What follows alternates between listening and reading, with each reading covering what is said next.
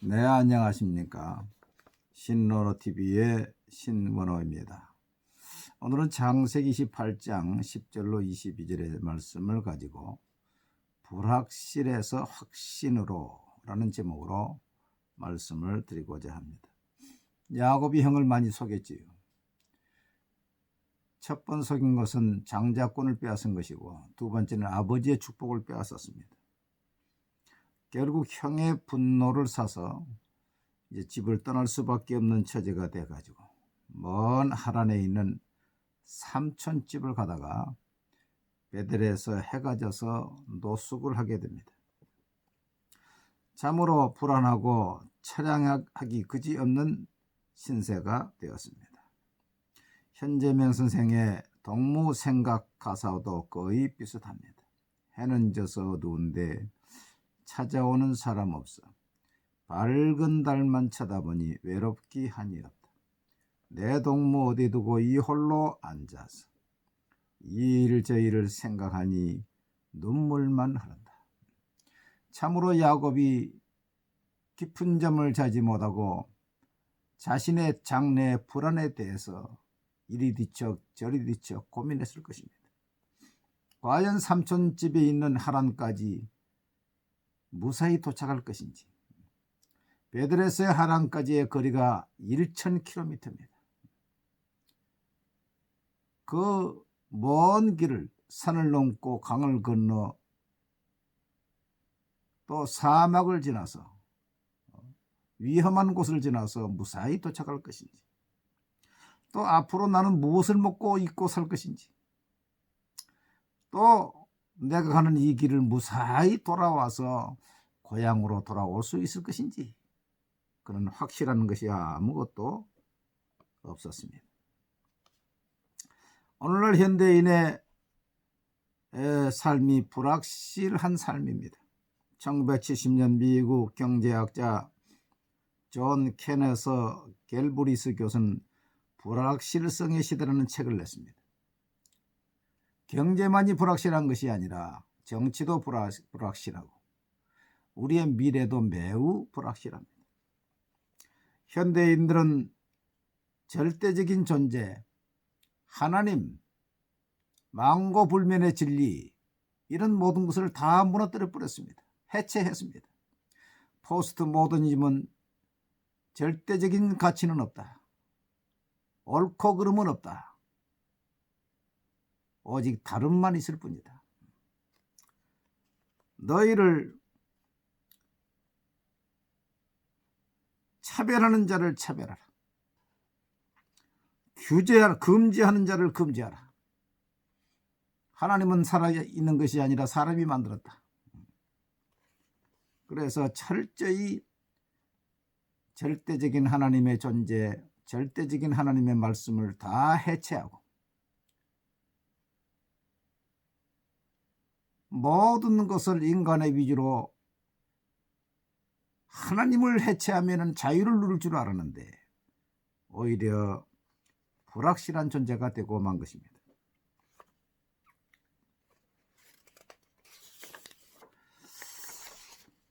오늘날 청년들은 미래가 불확실하다고 생각합니다. 대학을 졸업한다 해도 취직이 불확실하고,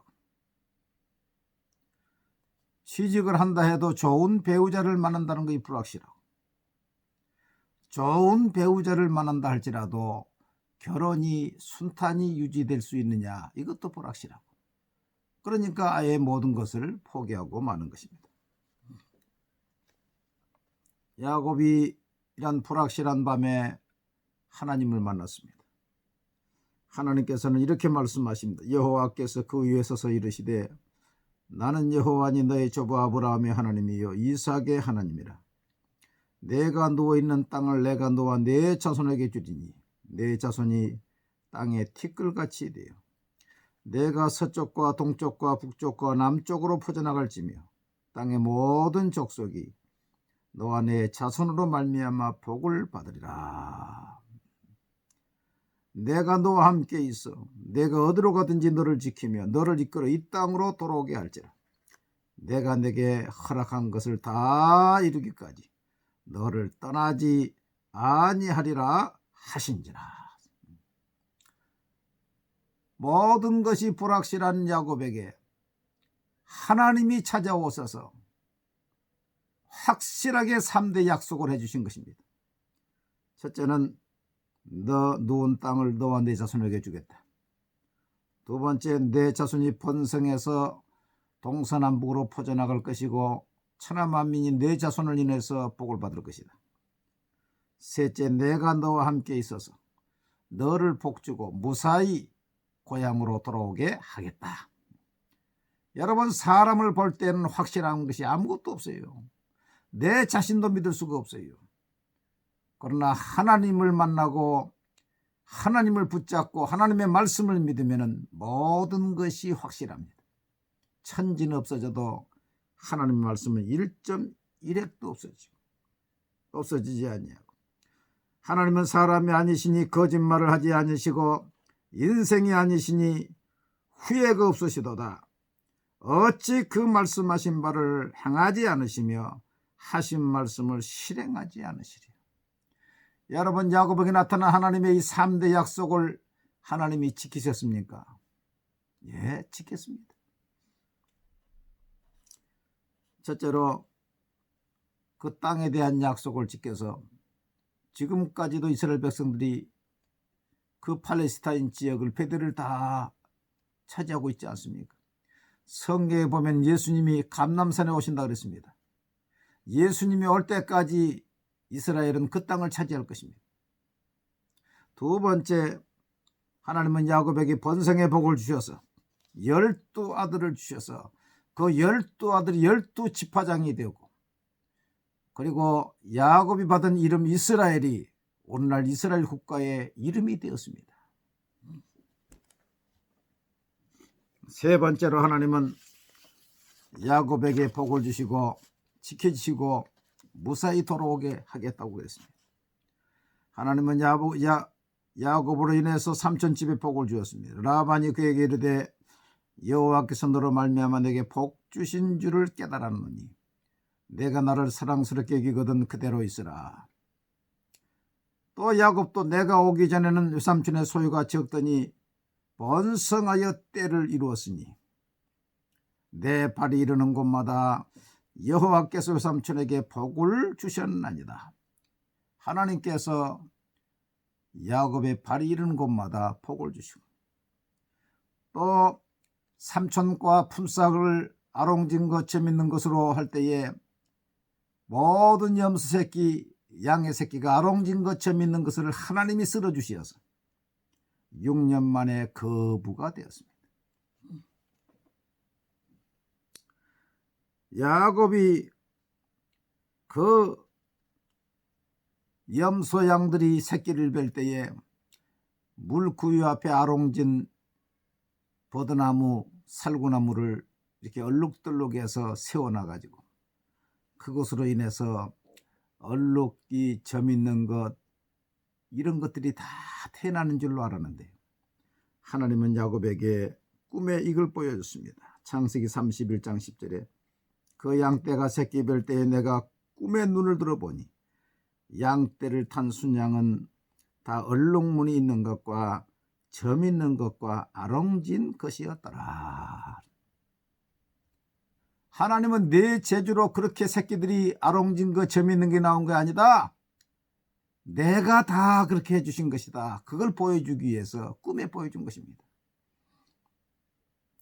제가 명지대학원에서 공부할 때에 창조과학회 회장 이응상 교수님이 이 말씀을 가지고, 목사님들, 이 말씀은 염색체가 발견되기 전에는 아무도 모르는 말씀입니다. 야곱이 가지고 있는 양은 다 흰색인데 꿈에 하나님께서 보여준 양은 그 순양이 얼룩 있는 것, 점 있는 것이 있었다고 그랬는데 이건 염색체가 발견되기 전에는 몰랐습니다. 그게 뭔 거니? 사람은 염색체가 46개입니다. 그래서 23쌍으로 2개씩 쌍을 이루어서 성염색체 같은 경우는 여자는 XX로 쌍을 이루고 남자는 XY로 쌍을 이루고, 또 이제 머리털 이런 것도 다 2가지 쌍을 이룬다는 것입니다. 그리고 양도 이 염색체가 다 있는데 그 색깔을 나타내는 염색체가 흰색으로 짝을 이루는 것은 100% 흰색이 나오는 것입니다. 그러나 흰색의 양이지만은 흰색, 검정색으로 짝을 이루는 게 있다는 것입니다. 그럼 흰색, 검정색으로 짝을 이루는데 왜 흰색이 흰색약이냐? 그 우열로 흰색이 더 우성이기 때문에 우성을 따라서 검정색은 보이지 않고 흰색으로 됐다는 것입니다. 같은 양인데도 사람이 볼 때는 다 흰색인데도 흰색으로 염색체가 된 양이 있고 흰색, 검정색으로 염색체가 되어 있는 양이 있다는 것입니다. 그 하나님께서 흰색으로 염색체가 된 양은 놔두고 흰색, 검정색으로 염색체가 되어 있는 그 순양들로 하여금 다 새끼를 베게 만들었다는 것입니다. 그때 야곱이 그걸 어떻게 알겠어요? 하나님은 야곱이 모르지만은 그걸 보여주시고 하나님이 밀어주심으로 말미암아서 큰 때를 이루어 이제 돌아오려고 그러는데 삼촌의 얼굴이 안색이 다릅니다. 야곱이 갑자기 거부가 되니까 삼촌의 아들들이 수근수근합니다. 야곱이 우리 아버지의 재산을 다 먹었다. 돌아와야 되는데 겁이 나서 돌아올 수가 없어요. 근데 하나님께서 야곱아, 나는 베들의 하나님이다. 내 고향으로 돌아가라. 하나님이 말씀하십니다. 그러니까 그 말씀 무지하고 딱 출발해 왔잖아요. 어느데 그 삼촌이 7일을 걸려서 쫓아왔습니다. 내일이면 야곱을 만날 때인데 하나님께서 그 밤에 그 라반에게 너는 야곱에게 선악간 말하지 말라. 하나님이 지시를 내리니 꼼짝 못합니다. 하나님께서 이처럼 야곱을 축복하시고 번성케 하시고 돌아오게 하시고 그가 고민할 때에 나타나서 확실한 말씀을 주시고 여러분 불확실한 세상을 따라 살 것인가 불확실한 나를 따라 살 것인가 아니면 하나님을 따라 살 것인가 확실하신 하나님 말씀을 따라 살 것인가 결단을 해야 됩니다. 만일에 우리가 보이는 환경 세상을 따라 산다고 하면 모든 것이 불확실합니다. 염려와 금심이 떠나지 않을 것입니다. 소화제와 두통약이 떠나지 않을 것입니다. 항상 입만 열면 무엇을 입을까 먹을까 마실까 걱정하고 미래를 걱정하고 노후를 걱정하고 사후를 걱정하게 될 것입니다. 그래서 여러분이 담대히 세상을 살아가지 못하고 한 달란트 받은 자처럼 주어진 것도 써보지도 못하고 땅속에 파묻고 말 것입니다. 그러나 확실하신 하나님과 그 말씀을 의지해 산다면 확신 가운데 살 것입니다. 마음에 평안이 있고 소망이 넘치며 하나님의 기대가 넘치며 기도할 때 응답을 받으며 하나님의 인도와 보호를 받는 담대한 삶을 살 것입니다. 다윗은 그랬어요. 너는 칼과 단창으로 나오지만 나는 만군의 여호와의 이름으로 나간다. 내가 하나님을 의지하고 적군에 달리며 담을 뛰어넘나이다. 얼마나 담대합니까? 하나님의 말씀대로 사는 사람은 담대함이 있어요. 때로는 배짱도 있습니다. 하나님, 내가 말씀대로 사는데 왜 내게 복을 주지 않습니까? 하나님께 말이죠. 때를 쓸 수가 있어요. 거룩한 담대함이 있어요. 이랜드 박성수 회장이 IMF 때 3,000명 직원을 1,000명으로 만들고 그래도 안 돼서 은행에서 부도 처리해야 될 테니 회장이 피신하십시오. 미국으로 피신하십시오. 다음을 위해서 피신하십시오. 그때 이랜드 회장이 그랬다 그래요. 나는 하나님을 믿는 사람으로서 도망가지 않겠습니다. 나는 여기서 지키겠습니다. 그러면서 전 직원을 아침 금식시키고 매일마다 하나님 앞에 예배드리면서 하나님 월요일까지 부도를 막아주십시오. 월요일까지 부도를 막아주십시오. 하면서 하나님께 버텼더니요, 그 주간에 영국에서 차관을 가져온 사람이 5천만 불을 투자해가지고 자기 회사를 살려줬다는 것입니다. 그 위태로운 순간에, 절체절명의 순간에 그 담대함은 어디서 나온 것입니까? 도망가라 했지만은 끝까지 버티겠다고 하는 그 마음은 누가 준 것입니까? 하나님의 말씀대로 살 때에 하나님께서 담대함을 주시고, 그 담대함이 세상을 이기는 것입니다. 여러분, 아직까지 여러분의 삶에 불확실합니까? 걱정이 많습니까?